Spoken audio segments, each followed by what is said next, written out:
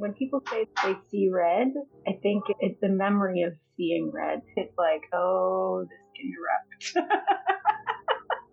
The color of stomach acid, yellow. I always think about that because I've had a lot of like gastric problems in my life because of anxiety. It'll just play different scenarios in my mind of like how that conflict could go, or if the conflict has already happened, replay that conflict and replay different scenarios on how it could have went, or I could have said this. I'm always like in the future or in the past. Like I find I have a hard time sometimes being in the present. Like that part just blurs right past you. I process at night. I dream a lot.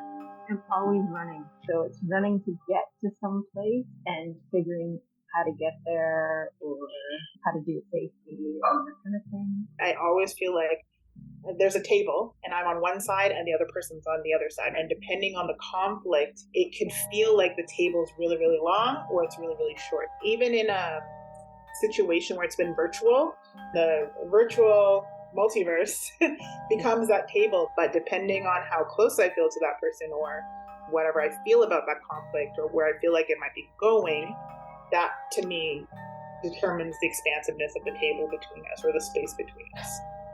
I might be preparing for a table I think is this long, and then we get in the middle of the conflict and you can feel the table becoming shorter as I'm like, oh, it's not as bad as I thought, or it might get more expensive. I'm like, okay, this is going awry.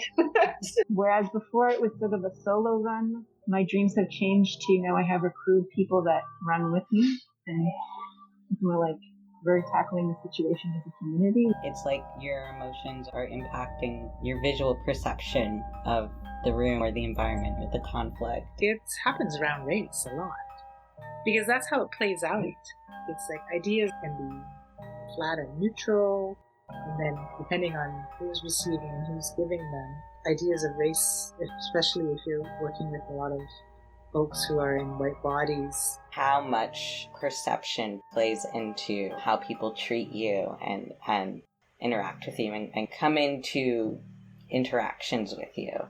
And to have that acknowledged without being asked, without being told to, reflect on it and speaking that out loud and being like, this is something that I'm going to have to think about as we're navigating things together. It allows us, racialized folks on the other end, to know, okay, I don't have to be thinking about this enough for two people.